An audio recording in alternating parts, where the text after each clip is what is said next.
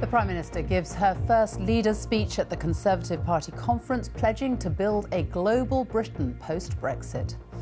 As Theresa May set out her vision for Britain, she said people had voted for change and change would come. We are leaving to become once more a fully sovereign and independent country, and the deal is going to have to work for Britain. We'll have the latest from Birmingham also this lunchtime. UKIP in turmoil as the party's new leader, Diane James, stands down just 18 days after being elected. Hurricane Matthew heads towards the Bahamas and Florida after wreaking havoc in Haiti. The journalist known as the Fake Sheikh is found guilty of plotting to pervert the course of justice in a case involving singer Tulisa Contostavlos. And 401 marathons in 401 days. The charity fundraiser Ben Smith, who'll finally reach the finish line this afternoon. Here, 3 years ago, 2 band members died as a door fell on them at a music venue. Today, the owner of the company who made it faces trial. And big hearts in Bournemouth with fundraising for a colleague's father.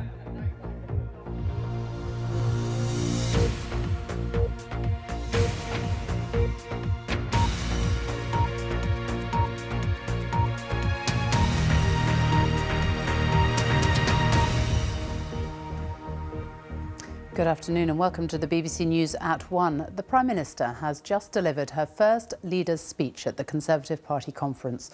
Theresa May set out her vision for Britain post-Brexit, promising that change is going to come. She said negotiations with the EU would be tough, but she wanted a deal with maximum freedom for British companies to operate within Europe's single market. But she also wanted control over immigration. In her wide-ranging speech, she said she wanted Britain to be a country in which everyone plays by the same rules and where every single person, regardless of their background, is given the chance to be all they want to be.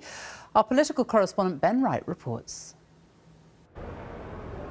It's a bold slogan, a promise plastered across this conference. Tory party members queuing up to hear Theresa May's first leaders' speech know this government will take Britain out of the European Union. But what else will it do? How will it deliver policies that work for all? This speech was a chance for the Prime Minister to tell her party and voters what she plans to do with power.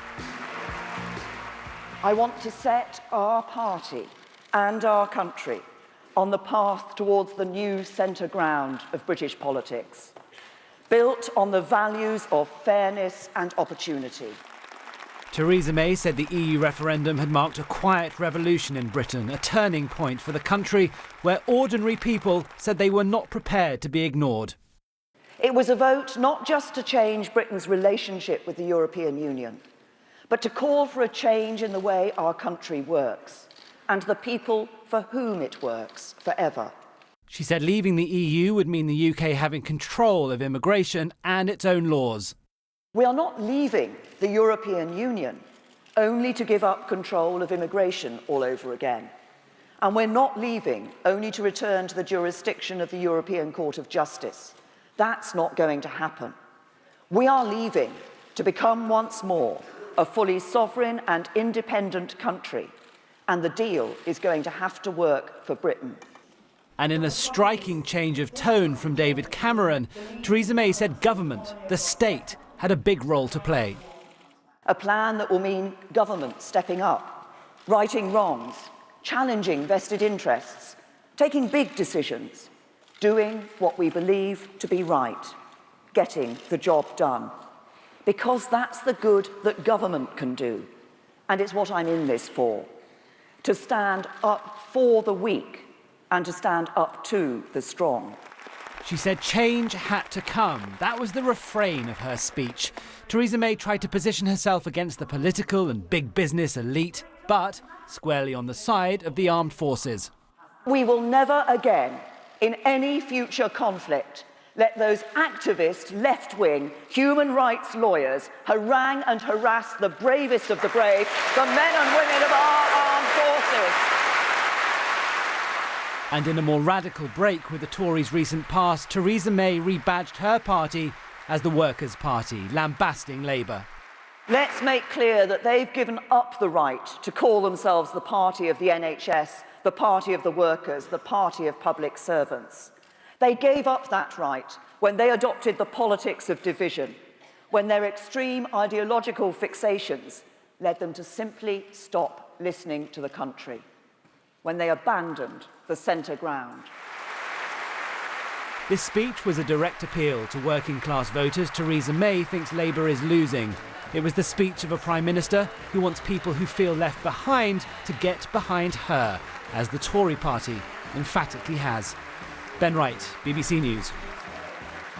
Our assistant political editor Norman Smith is in Birmingham for us now. It certainly was a very wide-ranging speech. What did you make of it? I think Theresa May was trying to answer a very simple question, which is, who is Theresa May? Because she has been, politically speaking, something of an enigma, a mystery woman. We've never really known what she believed in. Today she tried to set out where she stood and who she represented. And that is a new centre ground, she said, one that had found expression in the Brexit referendum when millions of people who previously, she said, had been ignored suddenly found their voice. Ordinary families who had a job, who had a home, but just felt they couldn't get on, that society only worked for the privileged few. People who felt that they'd borne the brunt of austerity. People who'd seen their views demeaned by a metropolitan elite who disparaged their attitudes on patriotism, crime and immigration. More than that, she suggested hers would be an active government. It wasn't going to put off decisions anymore on controversial decisions like where to put a new airport in the southeast or HS2. And it was going to be a government that intervened. There would be an industrial strategy. She was going to take action about bosses' pay, put workers on boards. But, you know, I think it's important to put in a few caveats. One is all political leaders tend to talk about this mythical centre ground. I remember last year at the Tory conference, David Cameron talking about a common ground, about no-go areas for the Conservative Party. And Brexit may have forged her new centre ground, but, you know, at the end of the day, it won't be grammar schools or HS2 that determine Theresa May's fate. It'll be how she handles Brexit. And on that, we got very little today. Norman Smith, thank you. The UK Independence Party has been plunged into turmoil after its new leader, Diane James, resigned just 18 days after being elected. Nigel Farage says that her resignation means he remains UKIP's leader for the time being. This morning he said he keeps trying to escape, but the party keeps dragging him back. Our political correspondent Ian Watson reports. The leader of the UK Independence Party, Diane James. If a week is a long time in politics, 18 days must seem like a lifetime. It marks the entire span of Diane James' leadership of UKIP. Here she is, less than 3 weeks ago, expressing what turned out to be a vain hope. Stop the faff, stop the fudge, and the farce. Get on with it. And now she's gone. She's had to deal with family illness and personal abuse.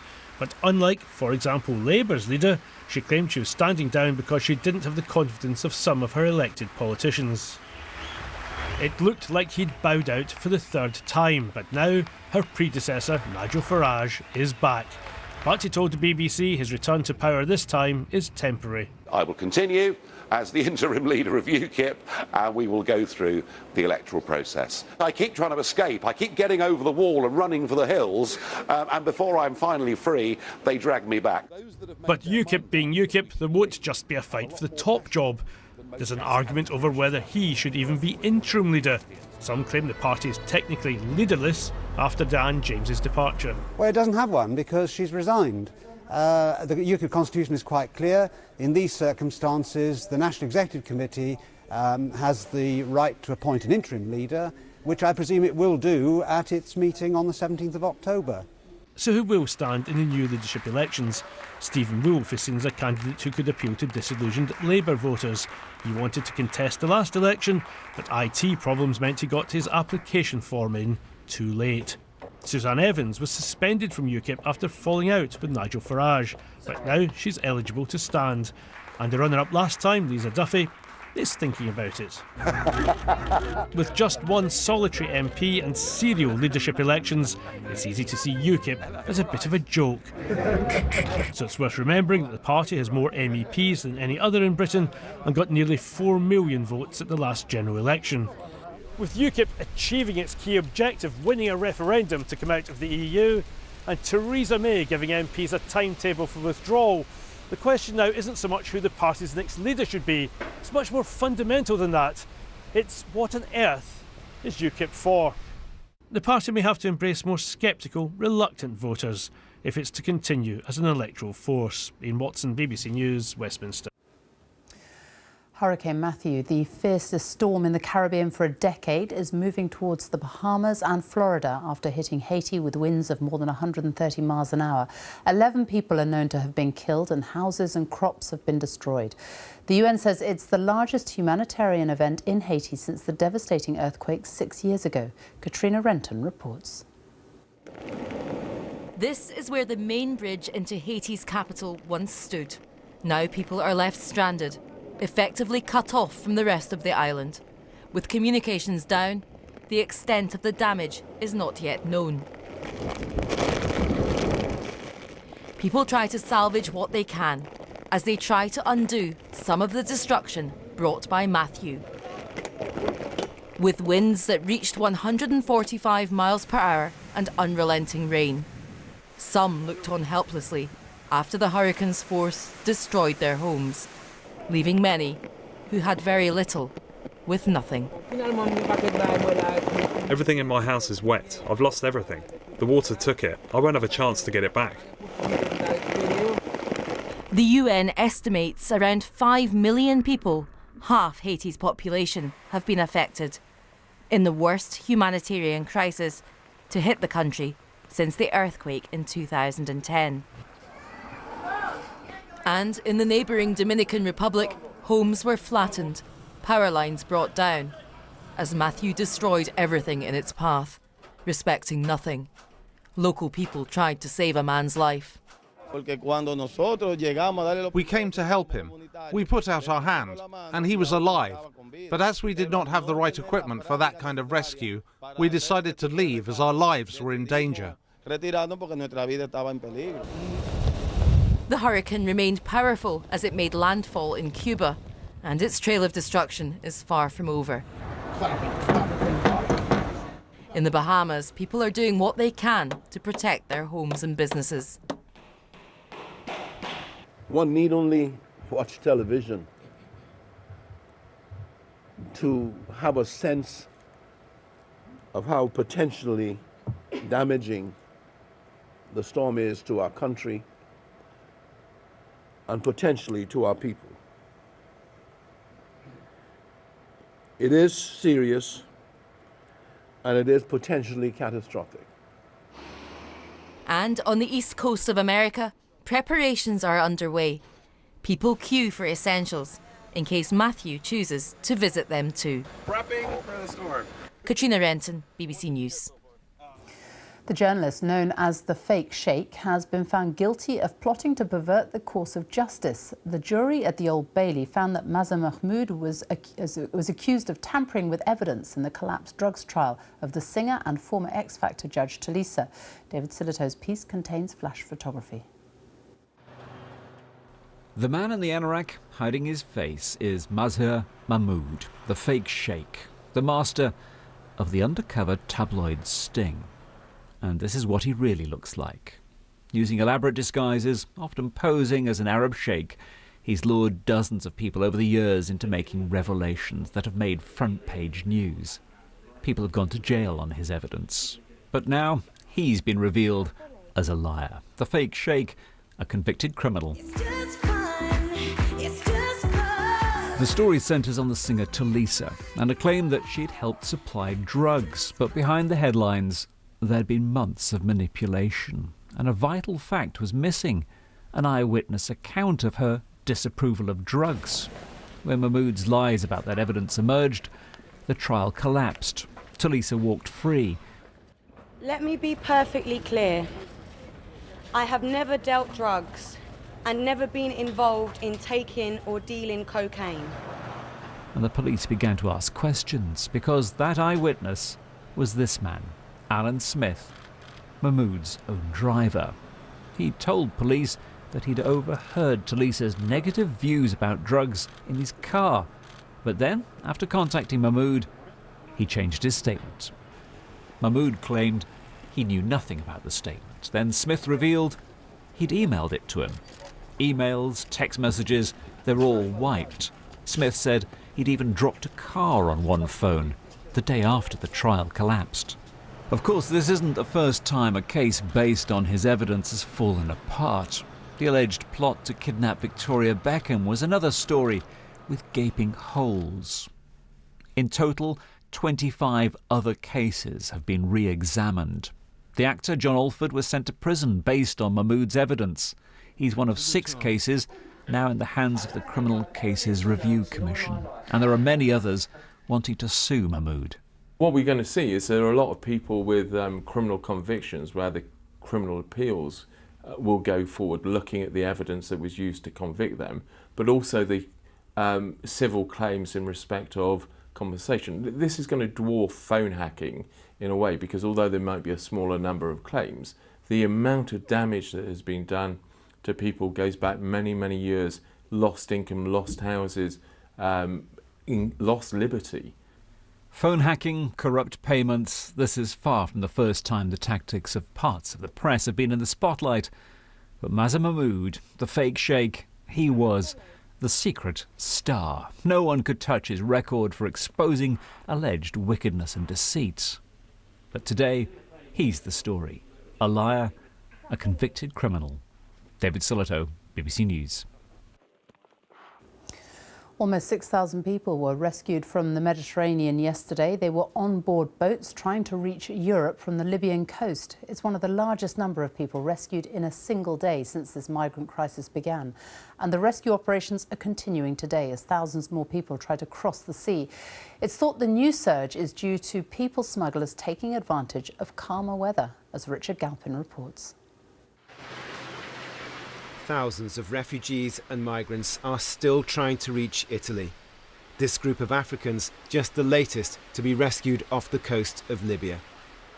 But with the route via Greece severely restricted, the overall number arriving in Europe is a fraction of last year's total. And yet, the death toll has been just as high. So far this year, rescue teams have managed to save more than 130,000 people from sinking ships in the Mediterranean. But more than 3,500 have drowned, making it the deadliest year so far. One guy speak English. And this week there's been another surge in rescues as more people try to cross the Mediterranean before winter makes the waters too rough and cold. We're very aware that there might be even more episodes where people die at sea, either due to shipwreck, but also very simple and stupid incidents where dinghy that are overcrowded and people die of suffocation or of burning due to the gasoline mixing with the water. So unfortunately, the winter is also a period where we are expecting more tragedy. For those who survive the crossing to Italy, it is becoming increasingly difficult to move on to other parts of Europe with so many borders now closed. So the vast majority are choosing to remain here. And that's putting pressure on the Italian authorities, who are already angry with Brussels for not providing enough help. So for the moment the situation is quite well managed by the Italian authorities. But of course, they will need, I think, more help by the European Union. For example, increasing some programs such as the relocation program, which is not working very well at the moment. And with the expectation that thousands more refugees and migrants will arrive even after this month, the pressure on Italy will continue to grow. Richard Galpin, BBC News. The time is almost 1:20. Our top story this lunchtime. The Prime Minister pledges to build a global Britain post-Brexit, saying people had voted for change and change would come. And coming up, unearthed under London, how the Crossrail project has brought the past back to the surface. In South today at 1:30, 3 years ago, 2 band members died as a door fell on them at a music venue. Today, the owner of the company who made it faces trial. And good deeds done in Bournemouth as colleagues fundraise for a father's operation. More than 130 feet below the streets of London, miles and miles of new tunnels have been dug out for Europe's biggest ever construction project. Crossrail will run for 60 miles, starting at Reading and Heathrow in the west and then crossing London below ground to Shenfield and Abbey Wood in the east, stopping at 40 stations along the way. It will be known as the Elizabeth Line. But as the 26 miles of tunnels below the capital were dug out, a rich history from London's past has been unearthed, from fossils to Roman remains. Our transport correspondent Richard Westcott has had exclusive access to the site. Into the belly of London. We're using the drone to give you a unique view of Europe's biggest building project. After 4 years of digging, it's finally starting to look like a railway line. Crossrail is engineering on an epic scale, 26 miles of tunnels crisscrossing the capital. Welcome to what will be the new Paddington Crossrail station. Now that noise is the drone. We're flying it along to give you an idea of what it'll be like when you're pulling into the platform. Around half the track is already laid, but that still means they've got half to go. This is Tottenham Court Road station. That's the platform over there. You can see they're still putting the rails down. Filmed by the BBC, here's what the tunnels looked like 18 months ago. This is a different stretch of line, but you can see how far it's come since then. And on the other side of the hoardings, the stations are slowly taking shape. This is a mega infrastructure project with multiples of challenges, which requires such a highly experienced team. If you think of all the complexities and the constraints of where we're located. So right now we're in Canary Wharf Station. You've got loads of people working all in the offices around, and we're trying to minimise the impact of all the work we're doing here on their environment, so they can go around their day-to-day jobs while we continue to progress the station ready for them. This ground gave up many secrets. There were 10,000 artefacts and fossils, 3,500 skeletons, including decapitated Roman remains that still had shackles around the ankles. When it opens in a couple of years' time, the new Elizabeth Line, as it'll be known, will carry more than 3 times the population of Britain every year. Richard Westcott, BBC News. A 48-year-old man has been found guilty of stabbing an Indian waiter to death in a village in Lanarkshire 18 years ago. Ronnie Coulter killed 32-year-old Surjit Singh Chokar in a row over a benefit cheque. After a change in the law on double jeopardy, Coulter was tried for a second time 17 years after he was originally cleared.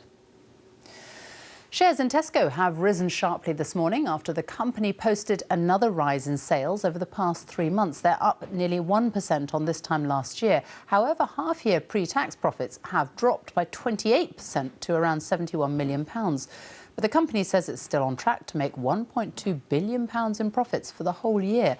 Our business correspondent Emma Simpson has been speaking to the company's boss. 2 years ago, Tesco was in crisis. Now it's on a bit of a roll. It's just notched up its 3rd straight quarter of growth. A business that's turned a corner.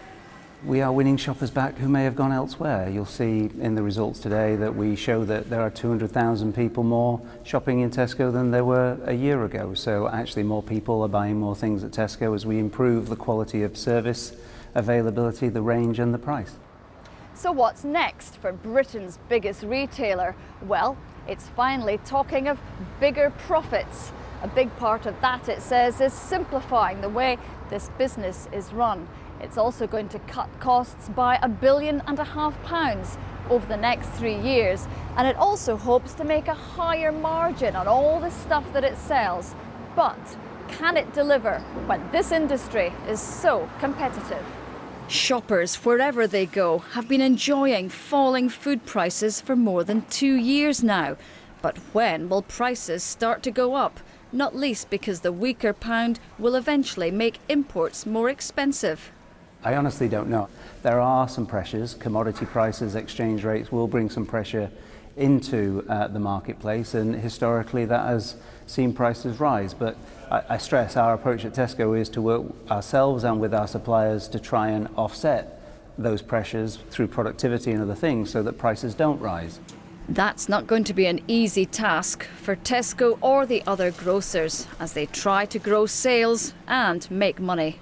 There's no point in growing sales if profits are down. So it's how they can balance that. And one way they can do that is through getting better margins by selling more products and therefore getting better prices from their suppliers. Another way is through efficiencies in how they operate their stores, distribution centres, etc. For Tesco, every little really will help, given its pension deficit has ballooned and it still faces potential legal action from the accounting scandal. But today, at least, in the aisles, things are back on track. Emma Simpson, BBC News.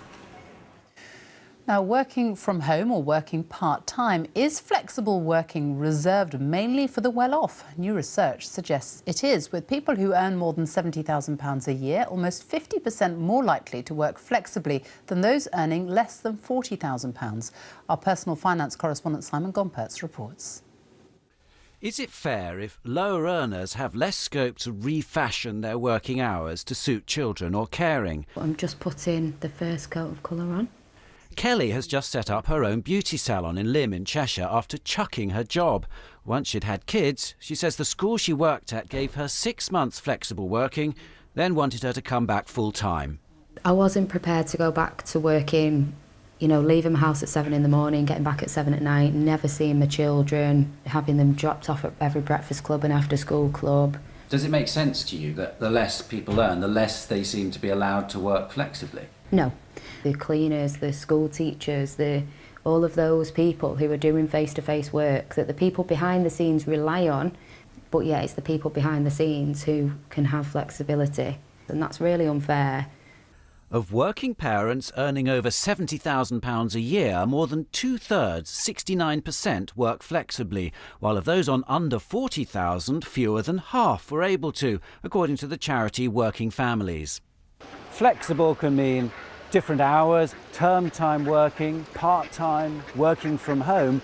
You have the right to request it, but your employer can refuse if they give a good business reason. So in nearby Warrington, what do employers think the business reasons might be for giving better paid workers more flexibility? If they're at a higher level, they've got more stress, they need more flexibility, obviously attending meetings and that. But when you look at it, the lower paid are usually just as stressed. As you've worked your way up the ladder, that you've earned the privilege of flexible working. In my business, if you've got a stylist who wants to just work Monday, Tuesday, Wednesday, no late nights and not a Saturday, it isn't going to work. Kelly's now an employer herself, and she says giving her staff flexible hours makes them happy and they work harder. Simon Gompertz, BBC News in Cheshire. Now, running one marathon is hard work and requires an awful lot of training and determination. But imagine setting out to run 26.2 miles every day for more than a year. That's what 34-year-old Ben Smith has been doing. 401 marathons in 401 days, more than 10,500 miles in total. He's halfway through his final marathon this lunchtime. And Karen Giannoni has been trying to keep up with him. She's in Portishead for us now. Sophie, it couldn't be a more perfect day for Ben Smith's final marathon. We're at the halfway point in Portishead, where the hundreds of runners who've joined him for his last day are refuelling and rehydrating. Ben himself is having a burger and a pint of local cider before heading back to Bristol. I've been running with him to try to find out more about the motivation he has behind this incredible challenge. Ben Smith, back in his home city of Bristol, after a journey that's taken him all over the UK, in all weathers. How did you do this every day for the last 13 months? Once I figure it out, I'll let you know. I think, you know, it's been tough, don't get me wrong. You know, I've had days where I've woken up and not wanted to get out of bed, and not do anything, but I kind of just think, you know, I've been through worse in my life, and I have a passion for what I do. So I'm doing something that makes me happy to my core every single day, and people aspire to do that. And you're making other people happy as well. Yeah, I think so. Look at this lot. I know, they're all grinning. I think it's because they've all had a pint, so. More than 9,000 people have joined Ben at various stages along the way. I've just got swept along with the whole enjoyment of everything. It's such an amazing thing he's doing, and the message he's selling and getting it out there. I find it hard to comprehend that you could do such a thing. The drive behind this unprecedented physical and mental challenge comes from a time when Ben reached his very lowest point. I suppose like many kids, you know, I was bullied for being different. It got too much and I tried to take my own life. I've taught in 101 different schools up and down the country. I started to get bullied when I was 10 years old. The feedback that we've had from schools and kids of all ages saying that they felt like there's a bit more of a light at the end of the tunnel because they know that they're not alone in what they've been through. He's lost 19 kilos in weight, worn out 22 pairs of running shoes and even fractured vertebra along the way. But Ben says every minute has been worth it, raising a huge amount of money for anti-bullying charities. You know, it's about making that little bit of difference in life, which I'm proud to be involved in.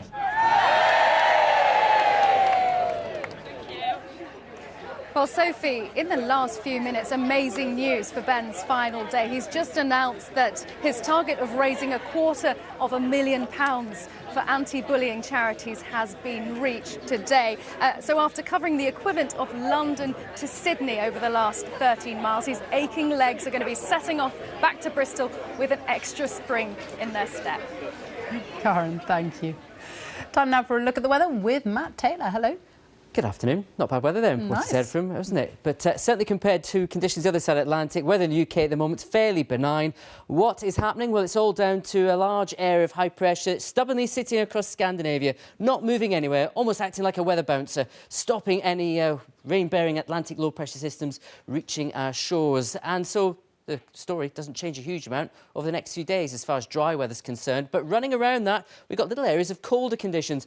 One such pushing in over the next couple of days. It's only 12 Celsius, for instance, at the moment in much of Denmark. That's where our air is coming from. And even today, whether you've got the sunshine, as we saw earlier from one of our weather watchers in Tony Pandy, or a little bit more cloud further north in Kilmarnock, you're probably noticing slightly more of a chill that comes with the wind that's blowing across the UK. That wind has picked up a little bit. It will clear some of the cloud we've got at the moment across parts of Scotland, Northern England and Northern Ireland. Better chance of some sunshine here through the afternoon. Still some clear blue skies to be had further south, but temperatures, unlike recent days, down a little bit.